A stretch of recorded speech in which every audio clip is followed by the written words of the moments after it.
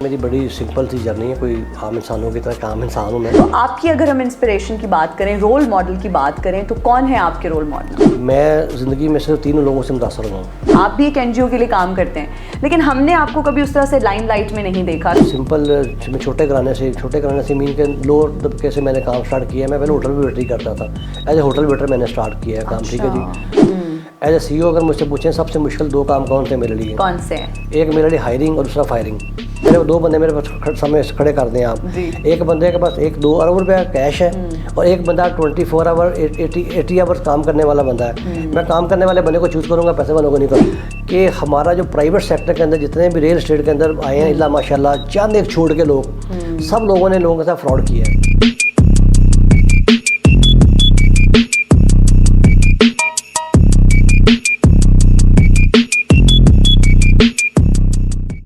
अस्सलामुअलैकुम everybody, this is me Hina Niazi और आज मैं आपकी मुलाकात करवाने जा रही हूँ वैल्यू ग्रुप के चेयरमैन मियाँ जाहिद इस्लाम अंजुम साहब से। उनसे बात करते हैं और जानते हैं उनकी जर्नी के बारे में। तो आइए मेरे साथ। अस्सलामुअलैकुम, कैसे हैं आप? वालेकुम सलाम, क्या हाल है? खैरियत से हैं? ठीक ठाक हैं अल्हम्दुलिल्लाह। सर, सबसे पहले तो लोग जानना चाहते हैं आपकी जर्नी के बारे में, आपके सफ़र के बारे में, कैसे आपने स्टार्ट किया और कैसे इस मकाम तक पहुँचे? जी, सबसे पहले तो आपका शुक्रिया कि आपने टाइम निकाला है और आपसे गुफ्तगू का मौका मिला है। तो ये है कि मेरी बड़ी सिंपल सी जर्नी है, कोई आम इंसानों की तरह आम इंसान हूँ मैं। तो जैसे मैं भी एक अपना ऐसे ही माशरे में, आपके पाकिस्तानी माशरे में पैदा हुआ हूँ, यहीं पला बड़ा, यहाँ बड़ा हुआ लाहौर के अंदर। यहाँ से काम स्टार्ट किया है और हमने अपना जो काम स्टार्ट किया है कोई पिछले 15-20 साल से मैं रियल एस्टेट के बिज़नेस में हूँ। हाँ जी। तो हमने अल्लाह का शुक्र है काफ़ी प्रोजेक्ट किए हैं DHA लाहौर के साथ। 2006 के बाद मैं JV पार्टनर हूँ, हमारी कंपनी JV पार्टनर है DHA के साथ। DHA जो है वो बरसगीर का सबसे बड़ा ब्रांड है। ऐसे ही इसका कई किलोमीटर के ऊपर नेटवर्क फैला हुआ है, इंफ्रास्ट्रक्चर फैला हुआ है, कई किलोमीटर नेटवर्क फैला हुआ है। तो उनके साथ हम काम कर रहे हैं। एक फेज़ 5 के अंदर अभी अगर जाएँ, लम यूनिवर्सिटी के अपोजिट अभी हमने बिल्डिंग बनाई है, हाई राइज बिल्डिंग बनाई है, state of the art building है। उसमें अगर देखें तो बहुत कम अरसे में हमने बिल्डिंग कंप्लीट की और उसको पोजीशन देने लोगों को जा रहे हैं। इसके अलावा हमने घरों का प्रोजेक्ट शुरू किया EME के अंदर DHA के साथ मिलके। वो घरों का प्रोजेक्ट हमें मुकम्मल किया, बड़ा सक्सेसफुल। अभी इंशाल्लाह हम एक बहुत अच्छी और लाहौर के अंदर एक नई चीज़ ऐड करने जा रहे हैं, नई हाउसिंग सोसाइटी लेके आ रहे हैं। तो इंशाल्लाह वो चंद माह में इसको लॉन्च कर देंगे इंशाल्लाह। अच्छा सर, रियल एस्टेट की अगर बात करें, इनफैक्ट किसी भी अगर चीज़ की बात करें तो आपको इंस्पिरेशन ज़रूर चाहिए होती है और ज़िंदगी में कोई ना कोई रोल मॉडल होता है। तो आपकी अगर हम इंस्पिरेशन की बात करें, रोल मॉडल की बात करें, तो कौन है आपके रोल मॉडल? ये बड़ा अच्छा सवाल आपने किया। मैं ज़िंदगी में सिर्फ 3 लोगों से मुतासर हुआ हूँ। अच्छा। सबसे पहले तो मैं कायद रहमतुल्लाह अलैह से मुतासर हुआ हूँ। कायद रहमतुल्लाह से मैं जब से मैंने वो संभाली है, मैंने कभी सुबह का आगाज़ नहीं किया जब तक मैं 2 नफल न पढ़ूँ नमाज कायद रहमतुल्लाह के नाम पे। मैं अभी भी आज भी सुबह घर से निकला हूँ तो मैं दो नफल पढ़ के निकला हूँ कायद रहमतुल्लाह के नाम पे। मैं कायद रहमतुल्लाह से बहुत मुतासर हूँ। उन्होंने वो एक जहाँ के अच्छे वकील थे, यहाँ अच्छे लॉयल थे, अपना वो एक जहाँ एक ईमानदार इंसान भी थे। ठीक है, वो नॉट लीडर भी थे जिन्होंने हमें इतना प्यारा मुल्क दिया है। ठीक है, तो उन्होंने कभी भी अपना एक मरतबा वो गए, उनका वाक़या बड़ा मशहूर है कि वो लाहौर से गया अपना एक कराची, इस्लामाबाद से गया कराची हाई कोर्ट पेश होने के लिए। तो वहाँ पे उन्होंने केस किसी के लिए पेश हुए कोर्ट में। तो लोगों ने उनसे कहा कि शाम को आप मुस्लिम लीग का हमारा जलसा है वहाँ स्पीच कर दें। आपने आपने नहीं किया, आपने स्पीच नहीं किया। आपने कहा कि मैं क्लाइंट के पैसों पे आया हूँ, मैं वापस जाऊँगा, मुझे दोबारा बुलाएं, मैं फिर आऊँगा और फिर आपके लिए स्पीच करूँगा। नंबर 2 फिर मैं वासफ़ अली वासफ़ साहब से बहुत मुतासर हुआ हूँ। अच्छा, उन्होंने मेरी शख्सियत पे बहुत ज़्यादा असरात उन्होंने छोड़े हैं वासफ़ अली वासफ़ साहब ने। आप वासफ़ अली वासफ़ साहब की कोई भी बुक पढ़ें, कोई भी आप किताब पढ़ें शुरू करें, हो ही नहीं सकता कि आप उनकी बुक स्टार्ट करें और बाहर तक ना पढ़ें। और वासफ़ अली वासफ़ साहब की मैंने बुक पढ़ी। मैं लाहौर से लंदन जा रहा था तो मैंने एयरपोर्ट से उनकी बुक देखी, बुक पॉइंट से। तो मैंने उनकी बुक स्टार्ट की तो मैंने रास्ते में सारी बुक पढ़ ली। मैंने दोबारा फिर पढ़ ली, 2 मरतबा बुक पढ़ ली उनकी। तो मैंने कहा मैं वापस जाकर उनको मिलना है। मैंने इंशाल्लाह मैं जब पाकिस्तान जाऊँगा जाकर उन्हें मैं मुलाकात करनी है जी। तो मैं वापस आया पाकिस्तान में, आकर लोगों दोस्तों से पूछा कि वासफ़ अली वासफ़ साहब से मिलना है। उन्होंने कहा वासफ़ अली वासफ़ साहब को मिलना तो आपको दुनिया तक जाना पड़ेगा। उनका तो दरबार है, वो तो अल्लाह को प्यारे हो गए, उनका दरबार है। मैं फिर उनके दरबार पर भी गया हूँ। अच्छा। अक्सर उनके दरबार में जाता हूँ रात को, जब मैं कोई लेट नाइट निकलता हूँ तो उनके दरबार में जाता हूँ। वहाँ से बड़ी रवानी तस्कीन मिलती है। तो उनका बेसिक उनका एक ही, उनकी जितनी भी आप उनकी बुक्स पढ़ें, उनका जो अपना है ना खलासा है उनका, वो एक ही है कि इंसानियत इंसानियत इंसानियत, इंसानों से प्यार करें, ह्यूमैनिटी। ठीक है, हाँ जी बिल्कुल ह्यूमैनिटी पे। और उसके अलावा फिर वो हर बात को घुमा के आका सल्लम की ज़ात पे ले जाते हैं। वो आका साहब हजूर पाक सल्लल्लाहु अलैहि वसल्लम की मोहब्बत में जाके ले जाते हैं। और तीसरा जो मैं सबसे ज़्यादा किसी से मुतासर हुआ हूँ तो डॉक्टर ताहिर कैसर साहब से हूँ। डॉक्टर ताहिर कैसर ने मुझे बहुत मुतासर किया है। PhD स्कॉलर है, उनकी हज़ारों बुक के ऑथर्स हैं वो। दुनिया के अंदर उन्होंने पूरा जंग से शुरू किया, उन्होंने अपना काम जर्नी स्टार्ट की उन्होंने। इस वक्त दुनिया का कोई ऐसा मुल्क नहीं जहाँ भी आप जाएँ जहाँ पे मुनाजिर का सेंटर ना हो, जहाँ मुनाजिर का लोग काम ना करना हो, ना कर रहे हो। उनके हर चौथा बंदा तीसरा बंदा PhD डॉक्टर है, उनके पास पढ़े लिखे लोग हैं। इन 3 लोगों से बहुत मैं मुतासर हुआ हूँ। ज़बरदस्त। सर आपने भी ह्यूमैनिटी की बात की, इंसानियत की बात की, और फिर आपने वासिफ अली वासिफ साहब की बात की। तो मुझे ये बताइए, आप NGO के लिए भी काम कर रही हैं और काफ़ी अरसे से काम कर रहे हैं, लेकिन आजकल के अगर हम दौर की बात करें, क्योंकि लोग ज़्यादातर सोशल मीडिया पे बहुत ज़्यादा एक्टिव हैं, फिर कुछ भी करते हैं तो वो उसको बहुत ज़्यादा जो है ना वो कैश करवाने की कोशिश करते हैं। हम अगर पॉलिटिशियंस की बात करें, कोई फेमस पर्सनालिटीज़ की बात करें, आप भी एक NGO के लिए काम करते हैं, लेकिन हमने आपको कभी उस तरह से लाइमलाइट में नहीं देखा कि अगर आप राशन बैग दे रहे हैं तो 400 कैमरामैन आपकी तस्वीर उतार रहे हैं और फिर वो 400 प्लेटफॉर्म्स पर जा रही हैं। तो इसकी क्या वजह है? उसकी वजह यह है कि देखिए, इस्लाम के अंदर दोनों चीज़ें जायज़ हैं। आप अगर आपको सदका ज़कात करना है, नेकी का काम करना है, लोगों को दिखा के भी कर सकते हैं और हिडन भी कर सकते हैं। लेकिन जो जिसको ज़्यादा बेहतर कहा गया है इस्लाम के अंदर, जिसकी अहमियत है, वो है एक हिडन काम किया जाए, उसको इस्लाम के अंदर बेहतर पसंद किया गया है। तो मेरी अपनी तबीयत है, मैंने समझता कि अब मैं किसी की बेटी को, किसी की बहन को कोई चीज़ दे रहा हूँ, उसकी तस्वीर बनाऊँ, उसको सोशल मीडिया पर लेके आऊँ, पहले उसकी इससे नफ्स उसकी जो है मजरूर करें, फिर उसके बाद फिर उसको पहले तस्दीक हो, उसकी पहले तस्दीक में करूँ कि गरीब है कि नहीं है। ठीक है, तो एक आका की बारगाह में एक शख्स हाज़िर हुआ, कहते या रसूल अल्लाह, मैंने एक शख्स को पैसे देने हैं, सदका देना है, लेकिन उसको सदका लगता नहीं है। ठीक है, जिससे पाक का मफहूम है जी। तो आका सल्लल्लाहु अलैहि वसल्लम ने फरमाया कि आप जिन लोगों को लगते हैं पैसे उनको भी दें और जिनको नहीं लगते उनको भी दें। तो आप पूछे या रसूल अल्लाह, इसकी वजह क्या है कि जिनको लगते हैं उनको देने, जिनको नहीं लगते उनको क्यों देने हैं? तो आका सल्लल्लाहु अलैहि वसल्लम ने फरमाया कि जो चीज़ें आपको नहीं लगती, जो आप जिनके आप हकदार नहीं, अल्लाह पाक आपको चीज़ें दे रहा है ना, इसलिए आप भी लोगों को चीज़ें दें ताकि वो चीज़ें आपकी रुक ना जाएँ। ठीक है, तो ये है कि हकदार को भी दें और दूसरे लोगों को भी दें, लेकिन कोशिश करें कि किसी से नफ्स मजरूर ना हो। सर, तो क्या कहना चाहेंगे ऐसे लोग जो कि लोगों की इज़्ज़त नफ्स मजरूह करते हैं, उनकी तज़हीक करते हैं, तस्वीर का एक सिलसिला शुरू हो जाता है, क्या इस चीज़ को रुकना चाहिए? मेरे ख्याल में आप तो अल्लाह के लिए कर रहे हैं ना। मेरा ख्याल इसको रुकना चाहिए, लेकिन ये डिपेंड करता है कि किसी की नीयतों का अल्लाह बेहतर जानता है। आपकी नीयत क्या है, मेरी नीयत क्या है। बहुत सारे लोग सर ये भी कहते हैं कि हम इसलिए तस्वीर खिंचवाते हैं कि जी बहुत सारे लोग हमसे इंस्पायर होके तो इस काम में आगे आएँ। लेकिन ये आपको पूछना चाहिए ना, जिसकी तस्वीर बना रहे हैं आप, पहले उससे पूछना चाहिए आपको कि मैं आपकी तस्वीर बना सकता हूँ। उसकी परमिशन लेनी चाहिए ना आपको पहले। आप मेरे साथ बैठी बातचीत कर रही तो मैं आपसे एग्री हूँ, बात करने से कर रहा हूँ ना, जबरदस्ती कहना पॉइंट पता नहीं कर रहा है, मजबूरी पर नहीं कर रहा। फिर हम किसी की मजबूरी को जब तस्वीर बनाते हैं, उसको फिर प्रमोट करते हैं, फिर मुआशरे में सोसाइटी के अंदर उसकी तजलील होती है, तो इंसान का वो कहता है ना कि इंसान का खुद ही अंदर से मर जाती है इंसान की, तो उसको खुद ही बिना नहीं खेलना चाहिए। मेरा ये अपनी पॉइंट ऑफ व्यू, किसी को इख्तिलाफ इस बात हो सकता है। इतनी शादियाँ करते हैं, इतनी शादियाँ करने के बाद स्टेज बना के पहले वहाँ सारे दुल्हनों को बैठाया जाता है, फिर दूल्हों को बैठाया जाता है, फिर उन पर स्पीचेस की जाती हैं उनको बैठा के, फिर उनके बातें उन पर की जाती हैं।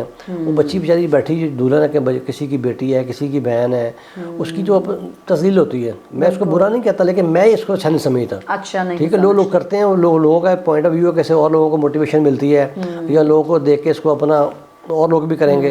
तो लेकिन ये कि पहले उनसे पूछ लेना चाहिए, उन मजबूर लोगों से इजाज़त ले लेना बहुत ज़रूरी है। अगर मजबूर बंदा उसकी आप इससे नफ्स ना मजबूर करें, मैं कहता हूँ, तो इससे मैं नहीं उसको अच्छा समझता। लेकिन इस्लाम के अंदर जायज़ है, उसको आप बुरा भी नहीं कह सकते, दिनों का अल्लाह बेहतर जानता है। अल्लाह बेहतर जानता है, बिल्कुल सही। अच्छा सर, स्ट्रगल्स की थोड़ी सी बात करते हैं, हार्डशिप्स की बात करते हैं। माशाल्लाह से आप एक कामयाब बिजनेसमैन हैं, तो किन मुश्किलात का सामना करना पड़ा, किन हर्डल्स का सामना करना पड़ा जब ये सफ़र आपने इसका जब आगाज़ किया? मैंने बेसिक अपनी जर्नी ना बड़ा सिंपल, छोटे घराने से मीन के लोअर तबके से मैंने काम स्टार्ट किया। मैं पहले होटल में वेटरी करता था, एज ए होटल वेटर मैंने स्टार्ट किया है काम। ठीक है जी, वहाँ से मैंने अपना काम स्टार्ट किया है। फिर अल्लाह का शुक्र है कि ज़िंदगी की ख्वाहिश बाकी नहीं है, अल्लाह ने मुझे हर चीज़ से नवाजा है। आज मेरी ज़िंदगी की ख्वाहिश बाकी नहीं, अल्लाह का शुक्र अल्हम्दुलिल्लाह आमीन। आप तो ये है कि अपना मुश्किलात जो हैं अपने स्टडी के अंदर काम करने में, मुझे एज ए CEO 2 मुश्किलात हैं। एज ए CEO अगर मुझसे पूछें सबसे मुश्किल 2 काम कौन से मेरे लिए? कौन से? एक मेरे लिए हायरिंग और दूसरा फायरिंग। ठीक है, दोनों ही मुश्किल काम है, मुश्किल काम है। तो अगर आपको यहाँ काम करने के लोग नहीं मिलते, परफेक्ट बंदे नहीं मिलते काम करने के लिए। लोग कहते हैं पाकिस्तान में बेरोजगारी बहुत है, मैं कहता हूँ पाकिस्तान में बंदे नहीं मिलते काम करने के लिए, नहीं मिलते, जो परफेक्ट बंदे नहीं मिलते आपको। तो सर, जब आप हायरिंग करते हैं तो किन चीज़ों का ख्याल रखते हैं? जो लोग इस वक्त आपको देख रहे हैं और आपके साथ काम करने के ख्वाहिशमंद हैं, तो क्या क्राइटेरिया क्या होना चाहिए?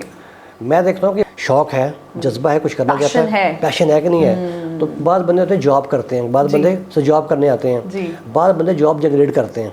दोनों बंदे होते हैं, वो बंदे जॉब कर रहे होते हैं, बाद बंदे जॉब जनरेट कर रहे होते हैं। मैं सोचता हूँ कि जॉब जनरेट करने वाला जो बंदा होता है ना वो लीडर होता है। बेसिक एक नौकर और लीडर में फ़र्क होता है।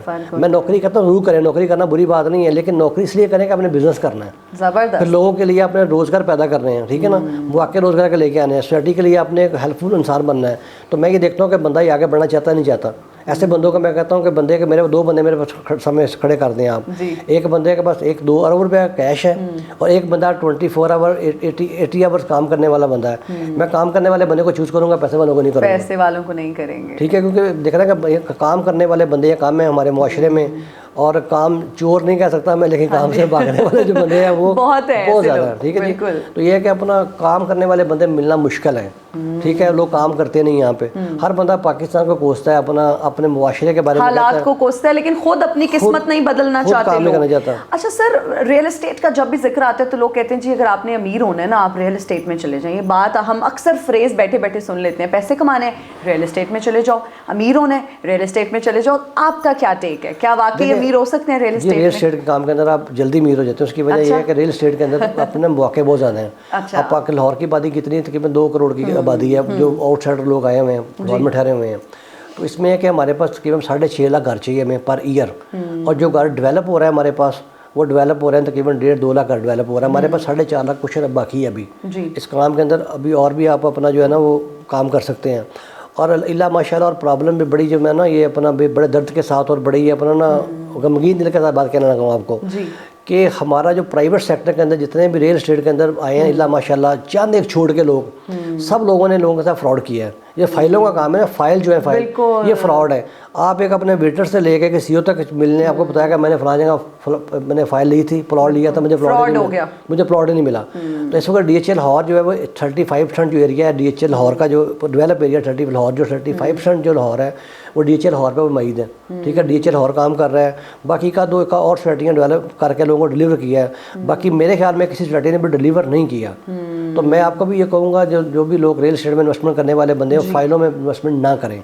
आप रियल एस्टेट में काम करें। रियल एस्टेट का मतलब ज़मीन है। आप ज़मीन प्लॉट खरीदें, फाइलें ना खरीदें। इतना लोगों से क्या हुआ कि किसी के पास 100 कनाल ज़मीन होती है वो 40,000 फाइल बेच देता है, किसी के पास 200 कनाल ज़मीन होती है वो 20,000 फाइल बेच देता है। वो इतने अट्रैक्शन ऐड होते हैं, इतने खूबसूरत ऐड होते हैं, लोग अपने घर की बेटियां डालते हैं, जेवर बेचते हैं, अपने पैसे इकट्ठे करते हैं, बच्चों के फ्यूचर के पैसे तो लगाते हैं, लेकिन उनसे फ्रॉड हो जाता है। तो सर अगर इन्वेस्टमेंट हमने करनी है रियल एस्टेट में तो व्हाट डू यू सजेस्ट कि हमें कहाँ करनी चाहिए? जिन प्रोजेक्ट्स पे आप काम करें अगर उसका भी थोड़ा सा बता दें देखने वालों की। इन्वेस्टमेंट अगर आपने करनी है तो अगर लाहौर के अंदर जहाँ भी इन्वेस्टमेंट करनी है, देखिए आप उसके बारे में पहले चेक करें। ठीक है, अगर डॉक्टर के पास जाते हैं आप आइस का डॉक्टर लग गया, आपका हार्ट का डॉक्टर लग गया, आपका बाकी चीज़ों का डॉक्टर लग गया, इस तरह के 6 बंदे से आप एडवाइस लें, देखें क्या इसके NOC मंजूर है, इसके पास ज़मीन मौजूद है सोसाइटी के पास जी। ठीक है, उसकी जो वेबसाइट बनी हुई है ऐसे अगर लाहौर में करनी है अपने LDA की वेबसाइट है, DHA की वेबसाइट है, CDA की वेबसाइट है, कराची की वेबसाइट है, उनकी वेबसाइट पर जाएँ, उनके हेल्प नंबर पर जाएँ, उनसे पहले चेक करें,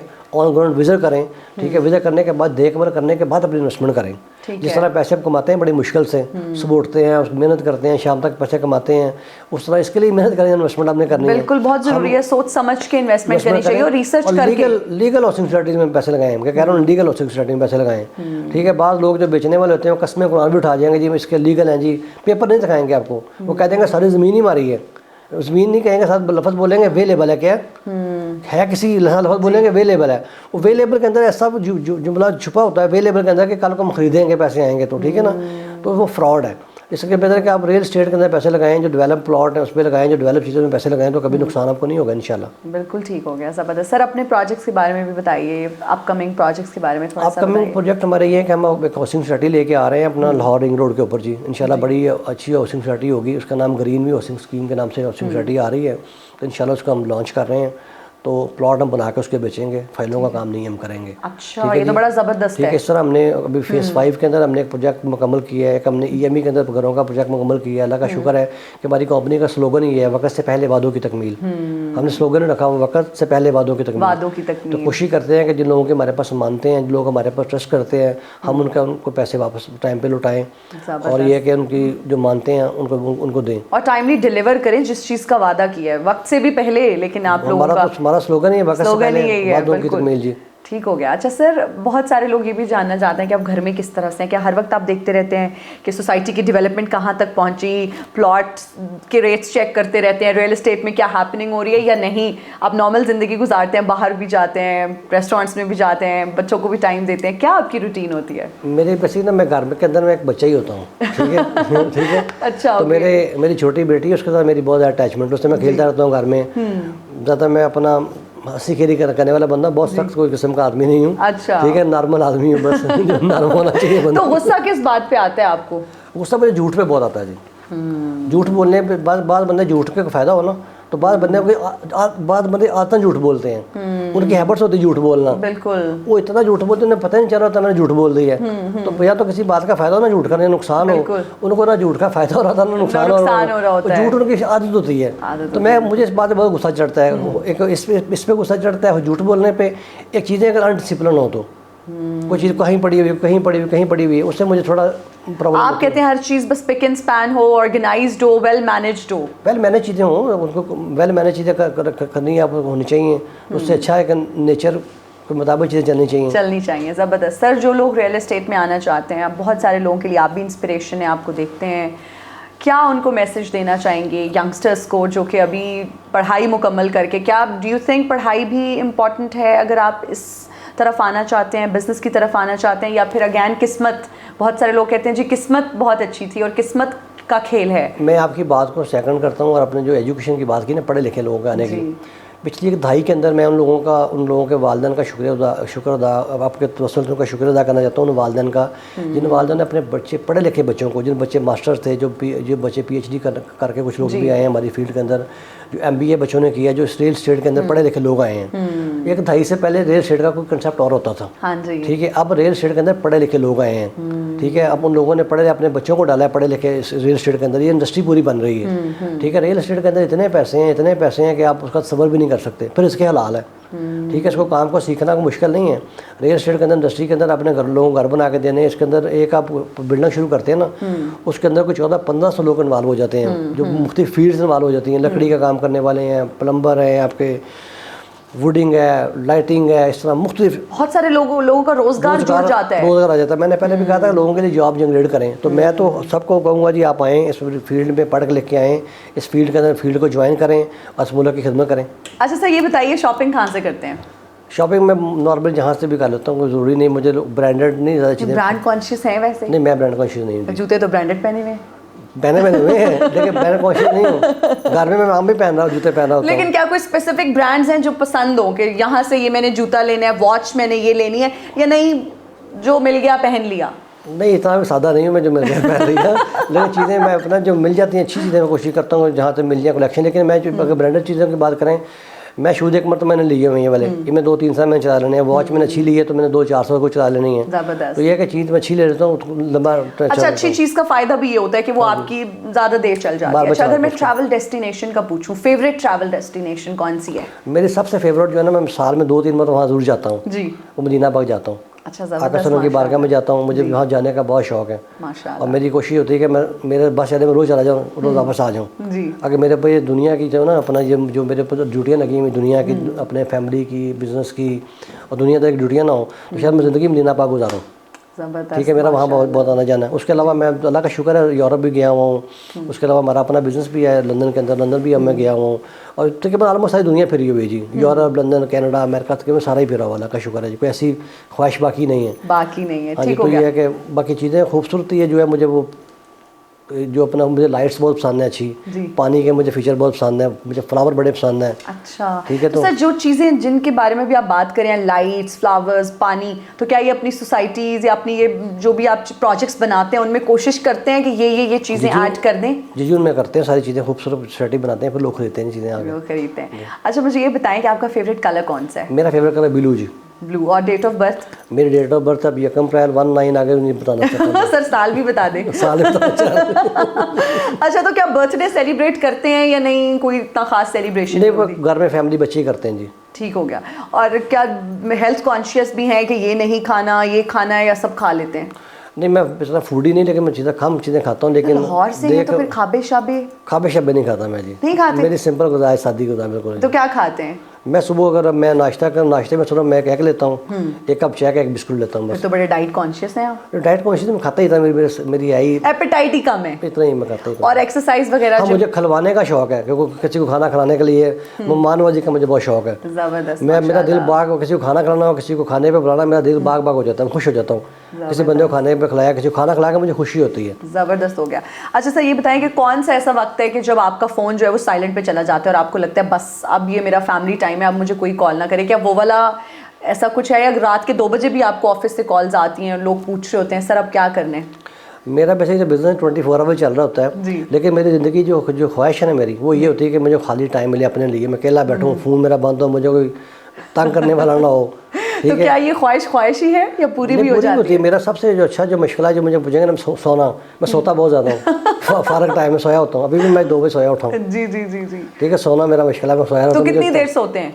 मेरी नींद 10 घंटे जी, 8 से 10 माशाल्लाह सर, नॉर्मल इंसानों से मुझे लगता है आप ज़्यादा ही सोते हैं। ज़्यादा ही सो ज़बरदस्त। एक टाइम में बहुत काम किया, जब मैं अपनी जर्नी स्टार्ट की थी, जब एफर्ट कर रहे थे उस वक्त बहुत काम, 18 घंटे काम भी किया, 20 घंटे काम भी किया। तो अब अल्लाह का शुक्र है, काम सारा पाइपलाइन में चल रहा है, टीमें काम कर रही हैं, अपने लोगों को काम डिवीजन की हुई हैं, तो काम चल रहे होते हैं। मेरे पास अच्छी टीम है। अब अल्लाह पाक की बड़ी आप पे ब्लेसिंग होती है कि अगर आपको अच्छी टीम मिल जाए काम करने वाली, आपके अच्छे काम करने वाले लोग मिल जाएँ, तो अल्लाह पाक ने मेरे पर ख़ास करम है कि अल्लाह पाक ने मुझे ऐसे लोगों से नवाजा जो मेरी टीम में लोग हैं, बड़े सारे काम करने वाले हैं, अच्छे काम समझने वाले काम को, और मेहनती लोग हैं। अल्लाह का मेरे को बड़ा करम है कि मेरे पर अल्लाह पाक ने स्टाफ में बहुत अच्छे लोग दिए हैं। मैंने अपना स्टाफ समझ अपने भाई समझता हूँ, बहनें समझता हूँ, तो मेरे साथ उनका बड़ा अच्छा लहज़ हो रहा है। मुझे मेरे किसी भी स्टाफ मेंबर से मिलेंगे तो वो कभी भी नहीं बताएगा कि मेरा बॉस वाला उनसे भैया है, वो कहेंगे मेरा भाई है, मेरा दोस्त है, मेरा दोस्त है। Very down to earth, very humble भी कह सकते हैं, लेकिन जब काम का मामले में हम्बल भी सख्त भी हूँ। ठीक है, जब काम का मतलब काम है, तो देखें अगर हम काम के ऊपर हम काम सही तो जो नहीं देंगे, जिन लोगों के हमारे पास मानते लोगों ने दी हुई है, जिन लोगों के हमारे ऊपर लोगों ने इन्वेस्टमेंट हमारे साथ की हुई है, ट्रस्ट किया हुआ है, तो हमारे ऊपर रिस्पॉन्सिबिलिटी कि उनकी चीज़ों को तरीके से चलाएं, उनका ख्याल करें। अगर हम बिल्कुल ही डॉनर तो अर्थ हो जाएंगे, चीज़ों को नहीं देखेंगे, तो उन लोगों का क्या बनेगा बेचारों का। बिल्कुल, और रिस्पॉन्सिबिलिटी हमारे पर उनकी लोगों की है जी। ज़बरदस्त हो गया सर, बहुत शुक्रिया, thank you so much for your time, thank you.